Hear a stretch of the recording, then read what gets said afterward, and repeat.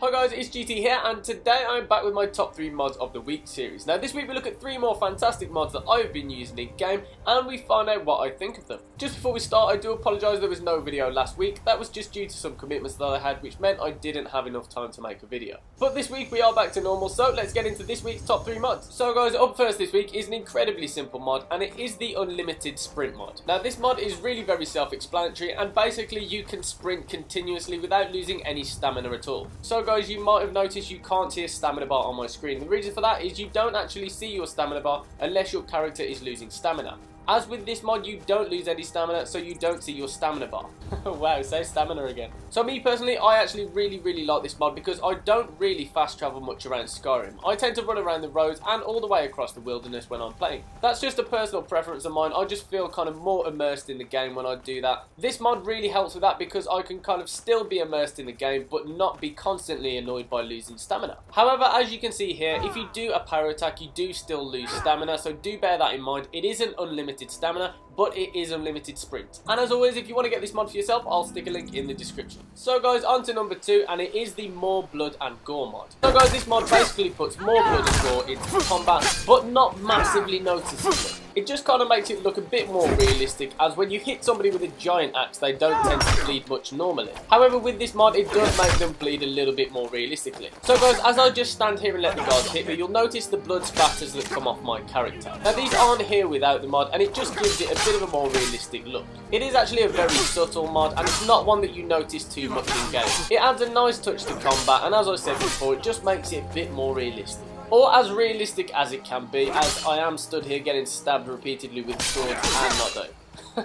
And guys, if you are wondering how I'm stood here with an arrow through my head losing barely any health, it is the God Armor and Weapons mod, which was featured in one of my previous episodes of my top 3 mods of the week series. So be sure to go and check those other videos out. And if you fancy getting this mod for yourself, this will be in the description as well. So guys, the final mod of this week's episode is a housing mod, and it is the Princess Ivy Cottage. And this mod is just a really cool little house located in Riverwood. It's located on the northeast side of Riverwood, and if you see here, it's just opposite the Sleeping Giants Inn. Just walk through the northeastern gate and it's just there on your right. So when you arrive here, first of all you will notice there's a nice little decking area out here with a few types of flowers that you can harvest and use for yourself, as well as the ivy here which gives the little cottage its name. So let's take a look inside. So guys, when you walk in, it is a pretty standard little house really. But this little house here really does have everything an adventurer needs. So this little cottage does have a lot of storage space with plenty of chests dotted around. And after a hard day's adventuring, if you just want to come back and stab something, there's some dummies here too. There's also this really cool giant stag's head here which is placed on the wall. And where the rest of this stag was probably cooked is a nice little cooking area here.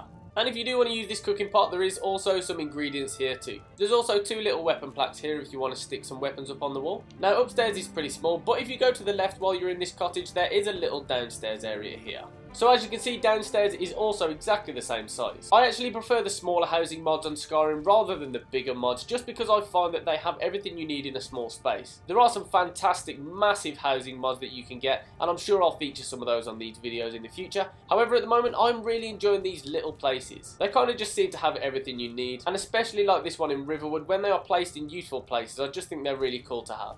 And this one, you've even got a few pets as well. And of course, Ivy Cottage comes complete with an alchemy lab and also your arcane enchanter. There's a few nice potions dotted around here as well. And as with almost all of the housing mods in Skyrim, here's the little map too. There's also more storage here downstairs. I kind of like these little baby trees too. If you fancy waking the neighbours up too, there is also for some reason a drum in this cottage. However, one of the best features of this little cottage is the unique 4-poster bed. It looks like it's made out of actual tree trunks, and it also has ivy on it, hence the name of the cottage. I'm not quite sure why, but it also has these little kind of ship's wheels on the base and also the backboard of the bed too. Like I said, not too sure why, but it's a cool little feature. So this housing mod can be really useful for new players, just because you spend a lot of time in Riverwood when you first start out in the game. And there's also a few coins pouches dotted around, so that might give you a bit of a boost. Although as an experienced player, I do also enjoy this mod too, just because it's a really cool little hut in a really useful location. So like I said earlier, I don't use the fast travel option, and I don't really use the wait option either.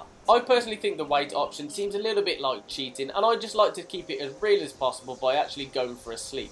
and I just think it's pretty cool going to my own little ivy covered 4-poster bed. So guys, hopefully you enjoyed this week's mods, and I must apologise again for not getting a video out last week. Now I'm just really busy at the moment, and I'm struggling to get 2 videos out a week, but I'm going to really try and make sure that I'm getting at least 1 video out every single week. Now, I uploaded my first video on the 29th of October 2016, and since then I have gained 400 and odd subscribers. Now, this is really good for me, to be honest. I didn't expect to get many at all.